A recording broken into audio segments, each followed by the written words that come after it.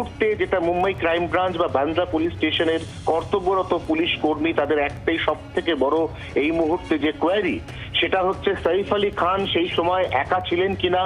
সেই সময় বাড়িতে অন্য কোনো পরিবারের সদস্য অথবা কোনো পরিচারিকা এরা কেউ ছিলেন কিনা, এবং যদি না থাকেন তাহলে সাইফ আলী খান কোন পরিস্থিতিতে কিভাবে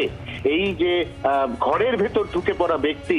সেই ব্যক্তির আচরণ লক্ষ্য করলেন, তাকে বাধা দিলেন, দুজনের মধ্যে কোনো স্কাফল বা ধস্তাধস্তি হয়েছিল কিনা, এবং কোন পরিস্থিতিতে সে একটা ধারালো অস্ত্র বার করে সাইফ আলী খানের পেটে আঘাত করলো। এই গোটা বিষয়টা এই মুহূর্তে বোঝার এবং জানার চেষ্টায় রয়েছে পুলিশ। 6টি ছুরির আঘাত লেগেছে, তার মধ্যে মূল যে দুটি আঘাত সেই দুটি আঘাত গভীর। অতএব এই মুহূর্তে বলিউডের এই মেগাস্টার তাকে দ্রুত সুস্থ করে তোলা, কথা বলার মতো স্টেবল জায়গায় নিয়ে যাওয়া, এটা চিকিৎসকদের কাছে এই মুহূর্তে সব থেকে বড় কাজ, সব থেকে বড় চ্যালেঞ্জ।